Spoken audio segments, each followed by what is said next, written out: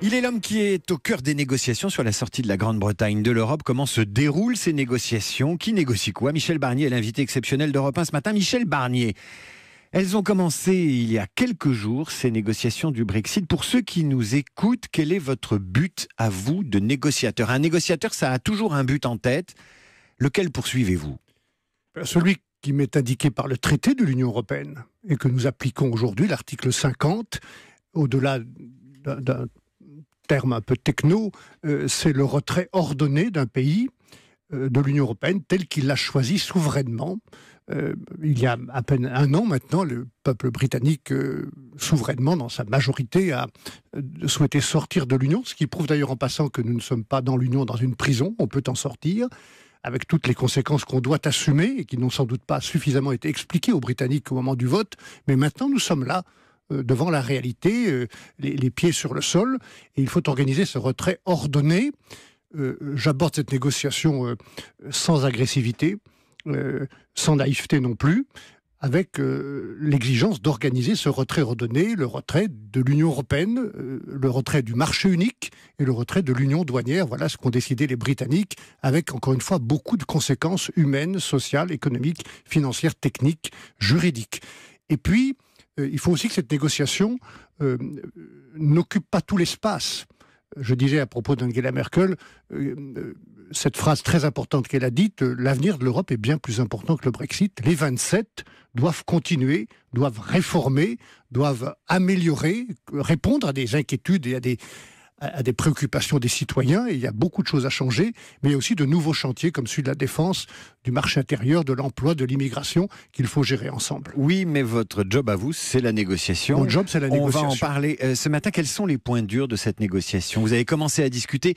Il y a des points qui seront litigieux. Il y a des points qui vont faire débat, auxquels les Anglais vont s'accrocher. D'abord, cette négociation, elle est extraordinairement complexe. Il s'agit de détricoter 44 années de relations construites patiemment, d'intégration. On peut le regretter. D'ailleurs, je voudrais juste rappeler que mon tout premier vote de jeune citoyen français, quand j'avais 21 ans, à l'époque, nous avons eu un référendum en France pour l'adhésion du Royaume-Uni, du Danemark, de l'Irlande et de la Norvège. Georges Pompidou avait provoqué un référendum. Ça a été mon premier vote. Eh bien, vous êtes en train de défaire ce pourquoi vous avez voté. C'est ça le paradoxe. Et je le regrette, parce que je n'ai jamais regretté ce vote, de faire campagne pour le oui à l'adhésion. Les points durs, Michel Barnier. Quels sont les points durs de la négociation? Les points durs sont ceux du divorce. Un divorce, je n'ai pas d'expérience personnelle, mais tous ceux qui m'en ont parlé disent que c'est un moment désagréable, qu'il y a des comptes à solder, qu'il y a des décisions difficiles à prendre. Le divorce, c'est de sécuriser, de remettre de la sécurité là où la décision britannique a créé une grande insécurité. 4,5 millions de citoyens sont dans l'insécurité, 3,5 millions de citoyens européens qui vivent et travaillent au Royaume-Uni, 1,4 million Britanniques qui vivent et travaillent en Europe, chez nous notamment.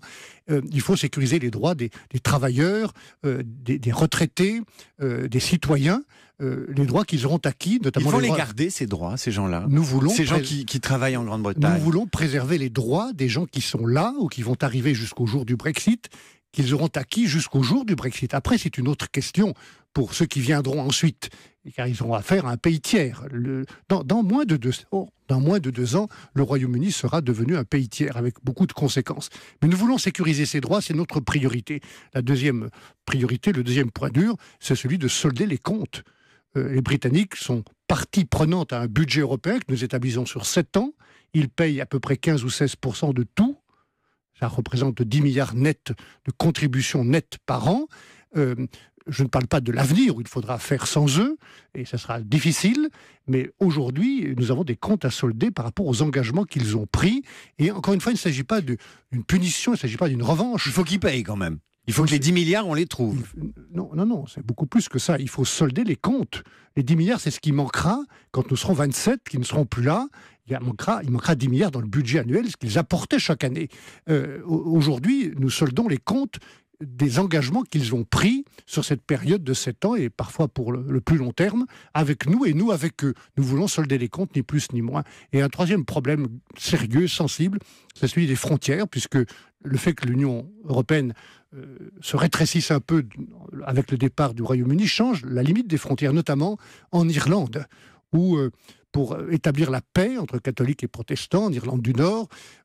Les deux pays dont je parle, le Royaume-Uni et la République d'Irlande, ont construit sur l'île d'Irlande une zone de libre-échange totale.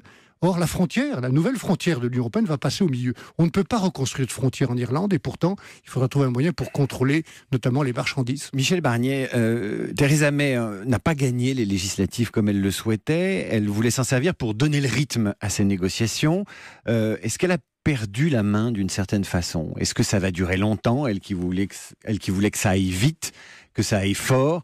Est-ce qu'elle a perdu la main? Je ne vais pas faire de commentaires sur la situation politique britannique. Moi, j'ai affaire à un gouvernement. J'ai posé la question il y a quelques jours à David Davis, qui est mon interlocuteur britannique. J'ai d'ailleurs salué hier Theresa May à Strasbourg, et j'ai posé cette question.